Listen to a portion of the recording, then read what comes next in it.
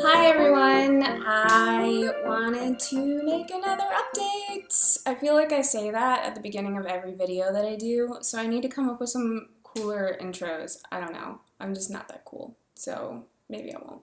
But anyway, the last video I posted was about a month ago or so, so I just wanted to let you know where I am in the process of the van living thing and all that. Uh, First of all, let me just say that I don't know what happened, but in like the last week, so many people have come across my YouTube channel and have commented more than I would have ever thought, which is mind-boggling to me because when I started this thing, I never intended it for it to like really be a thing. It was just supposed to be a way for friends and family out of state to kind of keep tabs on me while I was doing the car living, to make sure that I was okay and keep in touch. But there are so many of you that I've been able to connect with,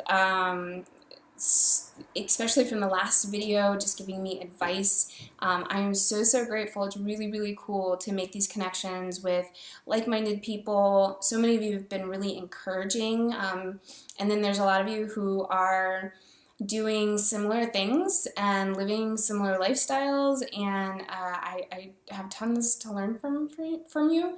So I am the kind of person that I really want to respond to every single one of you, but I'm just putting this out there to ask for your patience because it's going to take me a while because there's just been a lot of comments and a lot of emails, and I'm so grateful, but it's going to take me a minute to be able to respond. So, to give you a fuller picture of where I am now in the process, I can be a little bit more forthcoming about what happened with my roommate. The last time I made a video, she was kind of keeping information on the DL, I guess, for a little bit. But she accepted a job in Cleveland. It was a really awesome opportunity for her. I'm really stoked for her. I'm sad that she's gone, but I'm really happy that she's getting to do what she's getting to do. She's an awesome woman, and I was blessed to be able to spend some time with her. But it was ironic because I moved in, and then it was like 2 months later that she found out about this, so I had just unpacked my boxes. And it was, so I had to kind of wrestle with the idea of, do I stay in the apartment, do I look for another roommate, or do I move back into the car?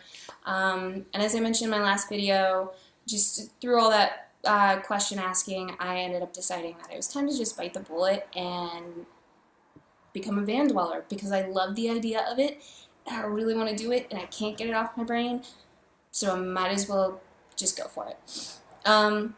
So there are tons of vehicles that you can do this with, and a lot of you have sent me emails, some of you that are living in vans right now, and letting me know what kind of vehicles you've used, and I need to sift through all those before I make a final decision.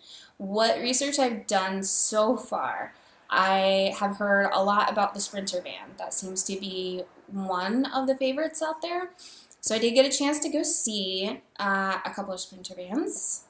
Here's a picture of that. I didn't get to drive them yet, but I did get to stand up in them. That was one of my major concerns from living in the car. I learned that being able to stand up is wildly important for your sanity. At least it is for mine.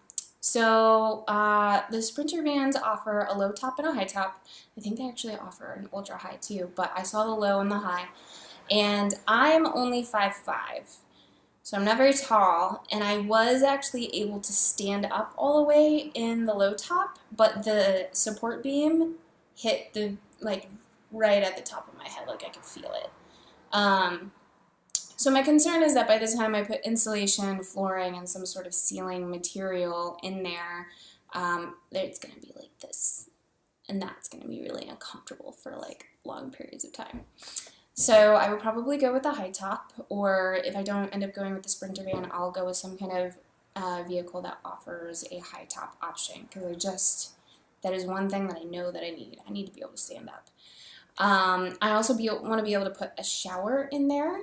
and I learned that this is possible. So there's this woman, she has a blog, it's named, or called Barefoot Theory.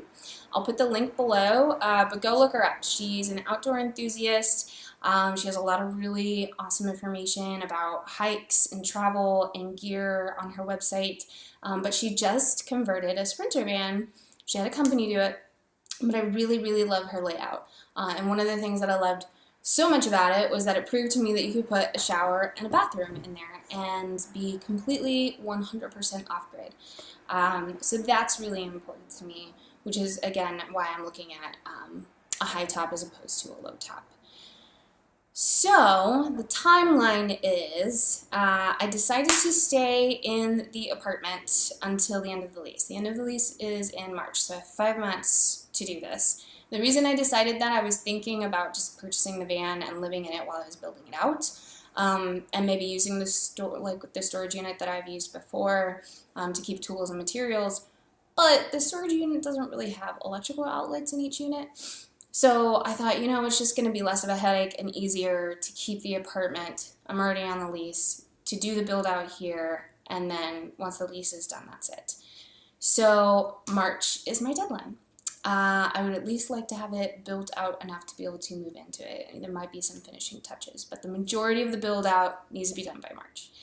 And I think in order to do that, December is kind of my timeline to have the van bought and purchased, and then that'll give me 3 months to do a build out.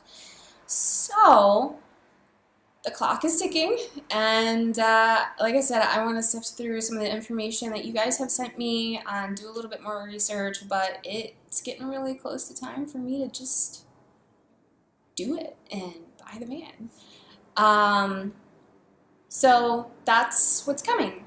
And in the next, I don't know, I'm going to start updating more frequently. I've been really, really sporadic, but a lot of you have asked a lot of questions. It seems like there are a lot of people that are really interested in this. There's a whole community of people who are doing mobile living, off-grid living, alternate housing, and so I want to share with you the things that I've learned over the past couple years of researching this, and I want to be able to continue to interact with you and find out what you've learned, because I think this is really, really cool. So I'm going to start posting more videos. I actually have some video content from back when I was living in the sedan that I just never got around to editing or posting, but I'm going to put that together. Like I did a tour of my car and a couple other things. So I'm going to put that together for you, and I'm probably going to do kind of an FAQ session soon as well. So stay tuned, look for that stuff. Before I go, I want to introduce you to somebody. Asa, come here. Come on. Come here. I know you're so comfortable. Come here. Come on. Get over here. I know, you're beating the floor with your tail. Get up here. Come here. Come say hi. Come say hi. Yeah, hi. This is my dog, Asa. She's the one that I've talked about that I have missed so much. And while I'm doing the build out, she is going to live in the apartment with me, so at least I get a few more months with her. I haven't decided yet if she's going to live in the van. I have found a few options to deal with the heat in the summer. That was my main concern. I found a portable AC unit that might do the trick, but I need to learn a lot more about electricity and what I'm going to be able to harness from solar power and what I'm going to be able to store, and if it's going to be enough to be able to run that, because AC takes a lot.